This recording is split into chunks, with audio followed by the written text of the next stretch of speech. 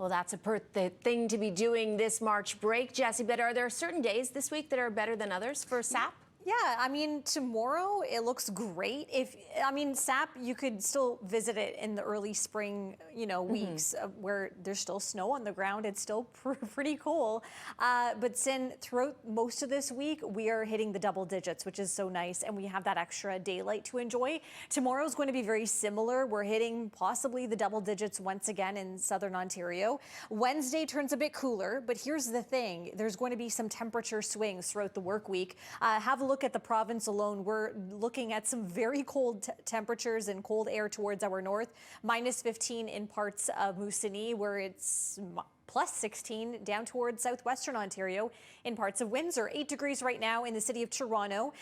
Nothing too major to be concerned about. We're looking at clear skies through this evening and through the overnight. Tomorrow, a mix of sun and cloud. We have this weak boundary sinking south across the region.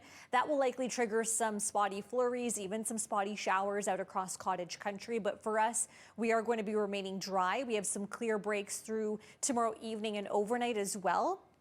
And I mentioned double digits, 11 degrees in Toronto, 12 down towards Hamilton, 9 in Newmarket with a mix of sun and cloud. We'll start off the day with some breezy southwest winds. Those gusts between about 30 to 50 kilometers per hour.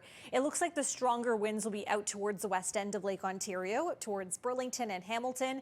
And then those winds generally shift northerly as that weak boundary goes through late tomorrow evening, which means in comes some cooler air. Remember that air I was showing you up towards the north?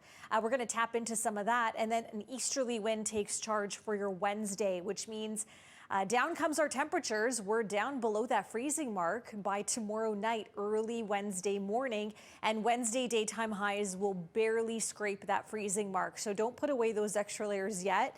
We do have a rainy weekend ahead, so jumping ahead to the weekend, we're mild once again, but it's going to be quite active. We have rounds of rain pushing in for Saturday afternoon. Sunday morning, some more heavy rain and potentially a bit of mixing with some light snow up towards cottage country. And then we finally break out of that wet pattern, 15 degrees by Saturday again. So it's going to be rainy, but very mild.